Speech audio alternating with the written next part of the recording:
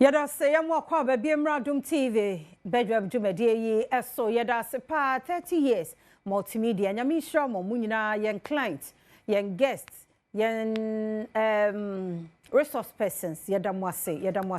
nyame nyam kese kosisem be kese pa fasedama endpoint homeopathic clinic one mother romanti and health tips na watchi mo so yedi nkoma fa frequent urination ho yeso yen hye so Johnson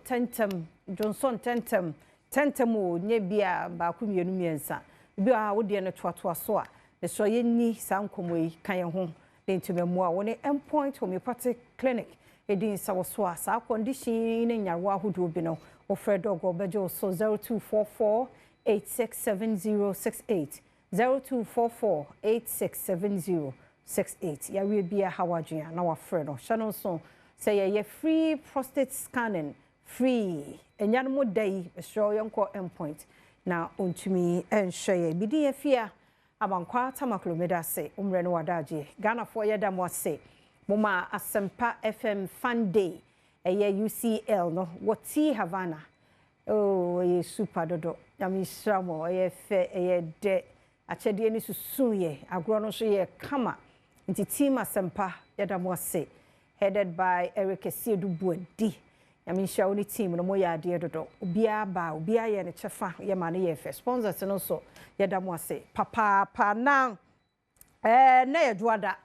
na ye juada Dr. Michael Kujichremoten ewa ha C4C liver specialist hospital eno free anope ye ne oba bedi nkomo ene wo se wo kasafa how the liver works with the liver syrup I be fight diseases sa liver no ekwan a eye adwuma ekutia enyarwa ahodo dog ye mo akwa be oyima medase yami Adom yo wadaro but mo be recording me some be recording for the here said anniversary ne there me yo me a lot to say when it comes to my work with multimedia 10 years director what about wadaro uni team no I don't know say sales for na ya and also uni sales rep no edim koma sa befa mo e da se so atwe agency so na me sha wada ma ene ye hwe liver no liver syrup no se adwuma ye e wo nipadua no akuti anyawo ahodo yo me da se ma me fa nchia ema ahwefo yin na no krasem ni se eba brebo na eye ade a eni se ye toto ho anase eni se like any say ye toto na se kra ye didi agro enka obo ade no ebo ye no nanka no kremu no se bia oyobi na se bia unya hepatitis B a sanza ansa na onyankopon ebo nipa no na onim se a year to come and years to come no yare bi ebe ma ne ho no so enunti ena all forming nipa no obo honam akwawa eye brebo ewo nipadue ni mu enti unya hepatitis B virus a brebo no esone wo moja no clear virus no efrimu ideally nka wo hie duro you don't need anything like medication for hepatitis. There's nothing like that. Enti nanka naturally no nyankopon ahihye ne say the ability of the liver to filter the blood say ebe sone inte sone moja no so a say virus na wo moja ni mu a brebo no na honde no say eyi virus ni fi moja ni mu say plasmodium parasite ene wo moja ni mu a the work of the liver enye duro the work of the liver ene say eyi sa parasite no efri moja ni mu saso na normally no se bia ye wo akola onye ne bia penimu ubeko akoye diagnosis ye si we nya jaundice obeuna we ni yellowish sometime was skin brebo na nkasa na se moja ni mu no ye obibia ye fe no bilirubin na no aye to say yellow nkameya ba be describe what but it's a very yellowish we bia edoko brebo no enye duro and clear that but rather no brebo no ahonden ɛyɛ 99% a brɛbo no ɛna ɛsɛ sɛ ɛclear saa bilirubin no efiri umoja ne mu na eyi nea yɛbɛka sɛ jaundice efiri unipadua ne mu saa so ɛna ɛba te sɛ bia obi a ɛsɛ nesikyire no ɛkɔ diabetes why diabetic type 1 type 2 for so many years you have become insulin dependent wawɔ paneɛ saa na woyɛ wei ɛnyɛ eduro ɛnanka ɛsɛ sɛ maintaining wo diabetic condition. But one of the major function of brebo no one it stores glucose. Your friend say store esichire. Until anytime our sugar ebeba low no brebo no na supply. Anytime so ebeko too high no brebo no ena a lower. Coupled with the pancreas now it produces insulin what they call insulin production no. And to say one share na sɛ one more brɛbo sɛ wo fe duro bia na sɛ uyi brɛbo no efiri mu a na kyɛ sɛ maame papa brancha baba na sɛ one kwa yare hwɛ na sɛ yare sa enka de ben ɛyɛ because ɛyɛ ade ɔbɔ ade no abɔ wontumi ndwane mfiri ho ɛno nti na C4C ko ɛyɛ liver specialist hospital yɛtumi mpacho we ɛyɛ liver tonic sɛ na yɛatwerɛ ho no liver tonic, and that's the only product yasan as homeopathic medicine. So that is the only homeopathic medicine I liver tonic in the Ghanaian market. Ube who say yatron homeopathic medicine. There afa infidiemu ewo on India. Say enete a syrup. I no say wo ya kola wo yo penio. Te say wunya wo akola na from age 12 kono. But modern na fama na ese eye part of you wo no mensan wo didi wo kwa wo be say wo hia no for treatment ye wo dosage ye de be ma ezan say we no enye eduru a obeka say wo de treat we but eye eduru a eboa e support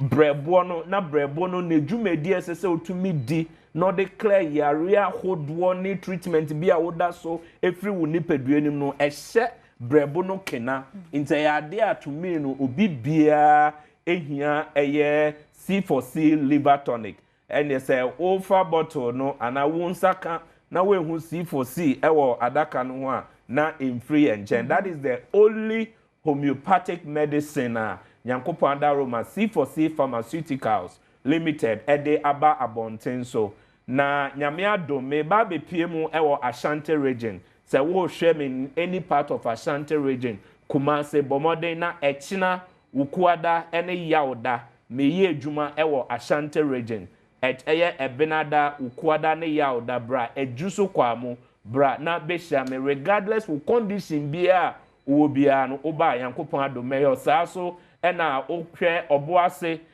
oboase pharmacy kese ba kubia ba betu liver tonic ni bi ndo oboase fo Nyankopon Adom liver tonic no abemu ewo oboase saa so na Ashanti region ya so Western pharmacy ubenya bi ho top up pharmacy all over Ghana so ubenya bi ho every region bia no ubenya C4C liver tonic ni bi ewo ho first 50 callers offer number ya medi to dwe ya mesrel eye programming ti me ma 50% discount on the liver tonic. Yasan aye free delivery at the amount baby biara o chef you be deliver at the amount for free. O dia say wafre na ya register. Now we to have 50% of the liver tonic price. Number ni is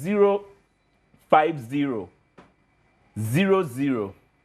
40 331 and I say 328 050 00 40 331 and I said 328. I believe there was screen so I say ube to me actual or my Europe so ye were Amsterdam I Holland as so offer a 05000 40 331 and I said 328 ye bejo so na yama Europe line no whichever country you are no so ye dispatch ye be to me ascend at the amount wherever you are or Ghana ha the 50% discount and the free delivery offer and then pay or before close of today ube to me so enya wache de ne ya hwe na wapomudie treatment bia woda so bia no ahwe say brebo no play vital role a wohia liver support medicine a homeopathic medicine 100% natural na to me ahye obrebo no mo kena. That's the papa panty said a dog can be a say be a dre be and I was first 50 colors. Okay. Ubenya 50% discount. Now I saying free delivery. And I'm patcho like memko any of the pharmacy beer and say 50% because pharmacy no patcho mo no ni this offer your line no ya nkasa at the head office no you be deliver at the amount for free whichever region that you are but oko pharmacy wa me patcho wadaroma e ho no so benya 50% discount no but unya free delivery ya nti say 600 cedi on be no 50% amount ubenya no 300 cedi ye be announce when a promotion so ebe and they naturally say and one no yeah that's it dog phone see her Dr. Michael Kojechomatin na yete no enkano na enkwahia Ghana for there's offer her me hear program na enkwahia offer her me hear program na enkwahia madam wase mother romanti say ya hyemo kena samu amahu de ekoso no oh say de more vim enimdifo no so abin ese omunya adane teacher for wobaro mu jan board nanim wo cheche odom ne ade ye do mo ase nyame ayadom free 6 June de fiada enkwahia say enkwahia shifted from Saturday aba Friday mother mama nse no so maye na da so no oba fefe YouTube enti a shifted from Saturday about Friday 8 p.m. enkwahia time any day no asesa wadaroma nanso said de wunimu enkwahia said de tie no yasa hyemo kena pepepe animdefo no a apomode hu komo bia wo so tie no ya de bebro 8 p.m. this Friday and every Friday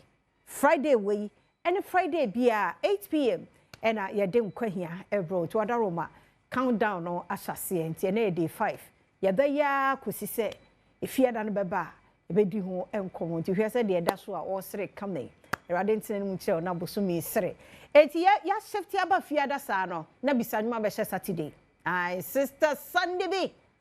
oh yeah guy na so ba pa onu su girem 7 p.m. pepe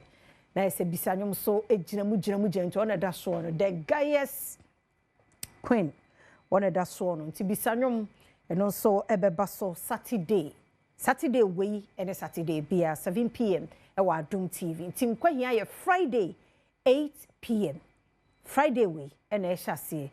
any Friday bia be da se so be ne sa na obeti ma me komra na ye ba mambo atma ye krado odi ahosepe e to so na sa be bi ye kwaba